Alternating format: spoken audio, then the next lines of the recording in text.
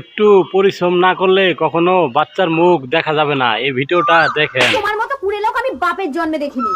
একটু পরিশ্রম না করলে একটা বাচ্চা কাচ্চা হয়? এত সম্পত্তি দিয়ে আমার বাবা মরার সময় বলে গেছে, খোকা তুই সারা জীবন বসে খাবি, কাজের লোকে সব করবে। দাঁড়াও, কাজের লোক খুঁজে আনছি। আরে এটা কাজের লোকের কাজ না, একটা বাচ্চা নেব। কাজের ভয়ে সব কিছু উল্টো বোঝে। কামিনী, কাজের লোক ব্যবস্থা করছি। এর নাম চটকে, সব কাজে পারদর্শী। চটপট চটকে দেবো। কি কাজ আছে একে বলো, আমি চুলটা কেটে আসি। ঠিক আছে, তুমি চুল কেটে আসো, একে আমি কাটিং করছি। ডাকি হবে? এটা ভালো করে ধুয়ে আনো। কেন? 12 বছর আমাদের কোনো বাচ্চা কাচ্চা হয়নি, তাই তোমার দাদা কাজের নাম করে লোক এনে প্রতি অমাবস্যা রাতে নরবলি দেয়। চটকে কি হলো? চটকে কোথায়?